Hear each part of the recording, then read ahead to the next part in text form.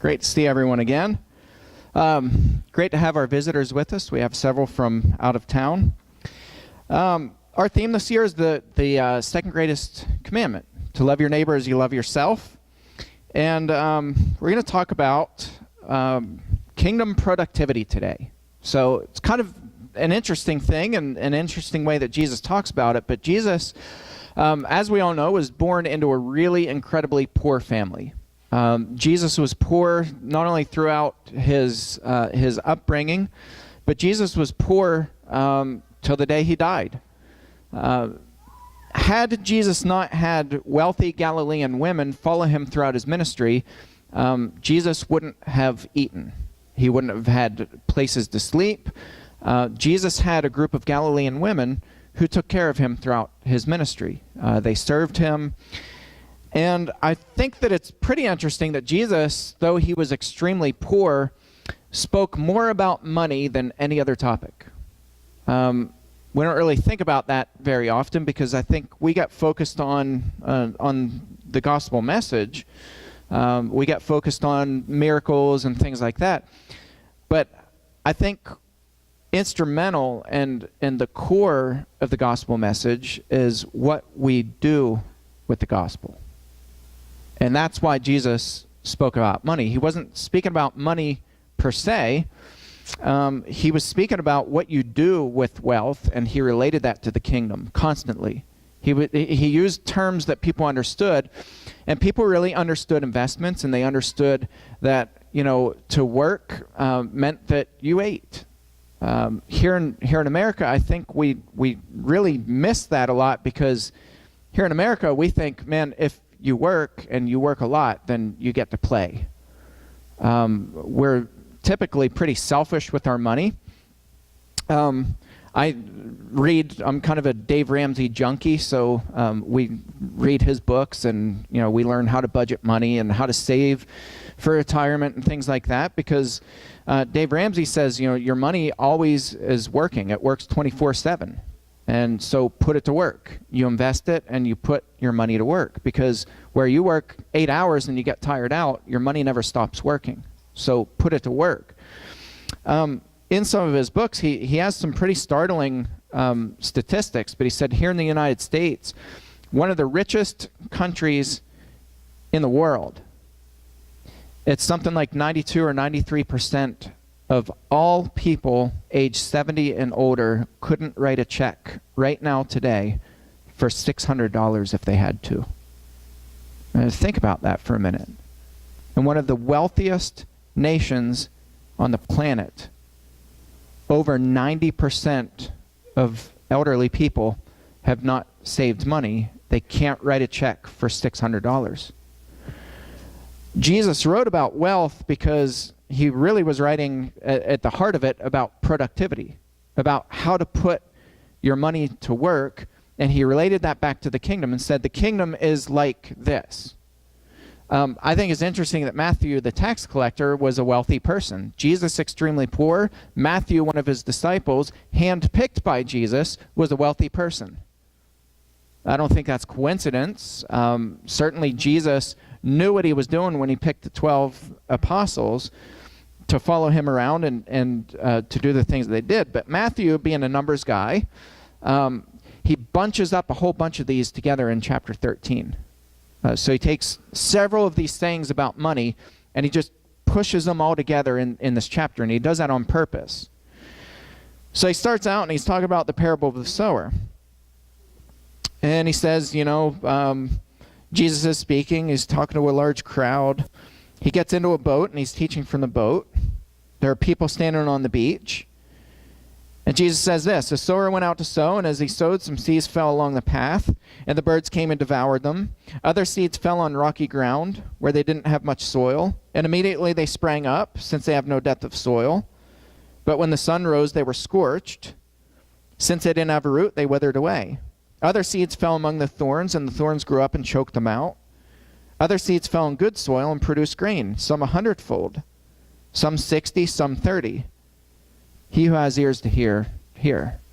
His disciples came back and they said, Jesus, what are you talking about? I think they genuinely, legitimately were confused. They didn't know what he was talking about. So Jesus talked about why he's speaking to people in parables. And I think the modern way to say that is, when you speak directly to people, certain people, they just, no matter how bluntly and directly you speak to them, they're not going to see it, they're not going to hear it, they're not going to get it. When you speak in parables, it causes people to stop and to think.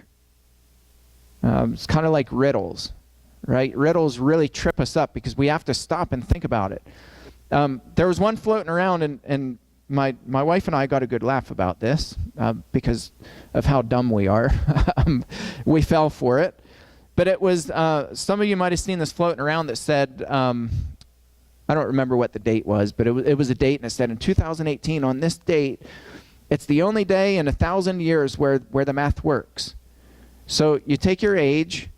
How does it work? You take your age, and then you add that to the year that you were born, and that comes to 2018. And it happens only once in 1,000 years, and we're like, man, that's really cool. How did we never hear this before? How did we not know this? And then Natalie stopped, and she's like, wait a second. That's how you do the math to figure out what year. That works every time, and it's worked since the beginning of time. That's just how the math works. But somebody sat down and they just threw it out there, and we're like, yeah, it happens once in 1,000 years. It's this rare event that only happens in 2018, because most of us don't think. We don't stop and think, but that causes you to stop and to think and say, hey, wait a second. That's why Jesus spoke in parables. He spoke in parables to get people to stop and think. Because we get in this mode where we become robots and we just don't think anymore. And so Jesus is saying, when I speak plainly to people, they just don't get it. And Isaiah was right when he prophesied about these people. So that's why Jesus speaks in parables. So then he goes on and he explains the parable of the sower. If you have your Bibles, open them up to Matthew 13. Matthew 13, starting in verse 18, he says, hear the parable of the sower. When anyone hears the word of the kingdom and does not understand it, the evil one comes and snatches away what's been sown in his heart. This is what's sown along the path. So you understand that. Have you ever experienced that where you go and you hear something and you're emotionally moved by it? And you're like, man, that's so powerful. Maybe you heard a speaker. Maybe you heard a motivational speaker. Maybe you heard somebody preaching that just really gripped you. In the moment, it gripped you. You were crying or you were laughing, or it just made you stop and think. And you're like, man, that was a really powerful message. And then 3 days later, it's like you've completely forgotten about it. Yeah, it's gone. It's out of your mind. And Jesus said, this is what happens for people who don't understand. Then he goes on, he says, verse 20, as for what has been sown on rocky ground, this is the one who hears the word and immediately receives it with joy.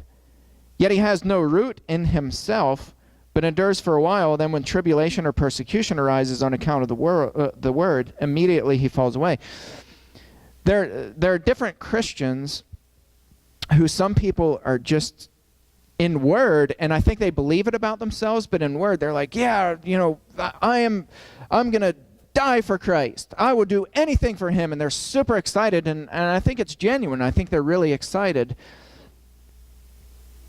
But they don't have any roots in themselves. And so trouble comes, and all of a sudden they say, well, why would a good God allow these bad things to happen to me? And they fall away. And then verse 22, as for what was sown among the thorns, this is the one who hears the word, but he cares for the world. But the cares of the world and the deceitfulness of riches choke the word, and it proves unfruitful. I think this is probably where the majority of Americans are. We're living in one of the richest nations, yet the majority of people, once they reach retirement age, can't write a check for $600. We're so focused on things, on buying things, and taking care of things, and we say, well, I want to buy all these things because I need to keep my kids happy. The reality is, you ever notice the more things you have on the shelves, right? The more behavioral problems you have. Now your kids are all fighting. Like, you buy 1,000 toys, and it's this magical mathematical formula. It's the law of the land that they all want the same toy at the same time, and they fight over it. And we become worried about these things. We spend and spend and spend and spend and spend and spend and spend, and then we get worried, whether it's about finances or whether it's taking care of our things or whether it's upkeep of our house, or whether we worry about those things. And Jesus says that chokes out the word. Verse 23, as for what was sown on good soil, this is the one who hears the word and understands it. He indeed bears fruit and yields, in one case 100-fold, in another 60, in another 30. What he's saying is, and farmers understood this. They understood this. Sometimes you sow a field over here, and it's really productive. You grew up on a farm, Sarah. Zelda, you too. You guys, you understand this. I worked on a farm from the time I was 11 years old. My mom's field is one of the fields that was one of the most productive fields out of the 300 plus acres that we farmed. I don't know what it is. There was nothing different about it. There was nothing, we didn't fertilize it any differently than other fields. It just, she had a really productive field. And farmers understood this. They're like, you might sow over here and do the same exact thing over here. And over here it's producing all this fruit, and over here it's producing some fruit, but the point is it's still producing fruit. Everywhere you sow, it's producing fruit. So the question Jesus really is asking is, are you sowing fruit? Are you going out and are you planting seeds everywhere you go? Then he gives this parable of the weeds. He put another parable before them, saying, the kingdom of heaven may be compared to a man who sowed good seed in his field, but while his men were sleeping, his enemy came and sowed weeds among the wheat and went away. So when the plants came up and bore again, the weeds appeared also. And the servants of the master of the house came and said to him, Master, did you not sow good seed in your field? How then does it have weeds? He said to them, an enemy has done this. So the servant said to him, then do what you want us to go.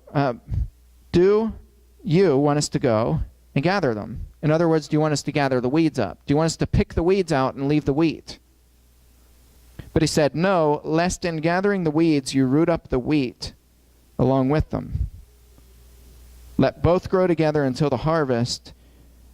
And at harvest time I will tell the reapers, gather the weeds first and bind them in bundles to be burned, but gather the wheat in my barn. And then he goes on, this is the part that Bill was reading. Well, right after this, Bill read this part. Then he goes on and he says about the mustard seed. The kingdom of heaven is like a grain of mustard seed that a man took and sowed in his field. It's the smallest of all seeds, but when it is grown, it is larger than all the garden plants and becomes a tree, so that the birds of the air come and make nests in its branches. He told them another parable. The kingdom of heaven is like leaven that a woman took and hid in the 3 measures of flour till it was all leavened. Do you see what he's doing? Back to back to back to back. He's saying the kingdom of heaven is like this. And it's all about productivity or reverse productivity. Things that come in and choke out the productivity and slow it down. The enemy comes in, the devil comes in, he plants these seeds, and he's going to explain later on, those are people. Those are people that the devil plants in your life. And so my question is there someone in your life right now who hinders you from being productive? Spouses, quit looking at each other. They're all like,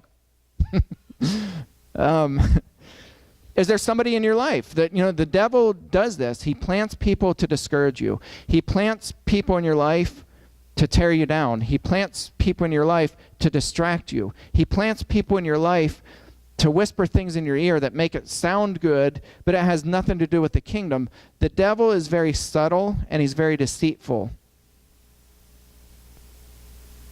I know this because I'm the devil. No, I'm just kidding.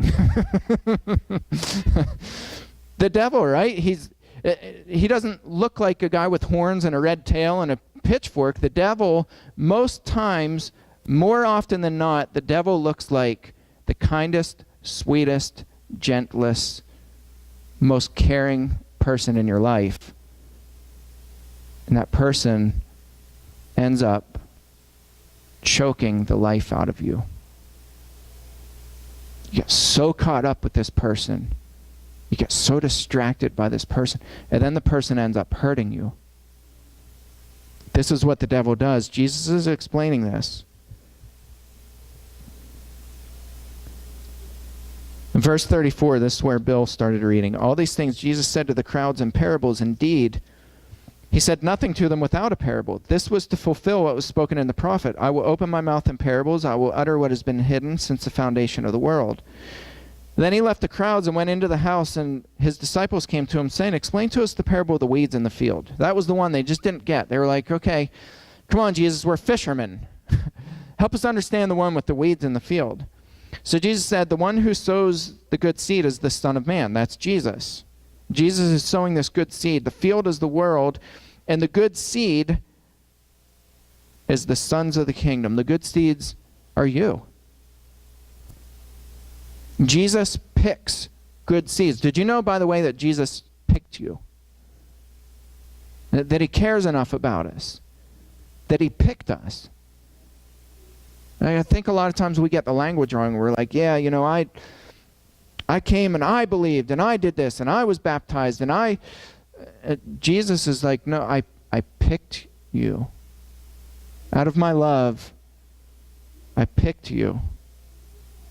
We are the good seed that Jesus plants. The weeds are the sons of the evil one, and the enemy who sowed them is the devil.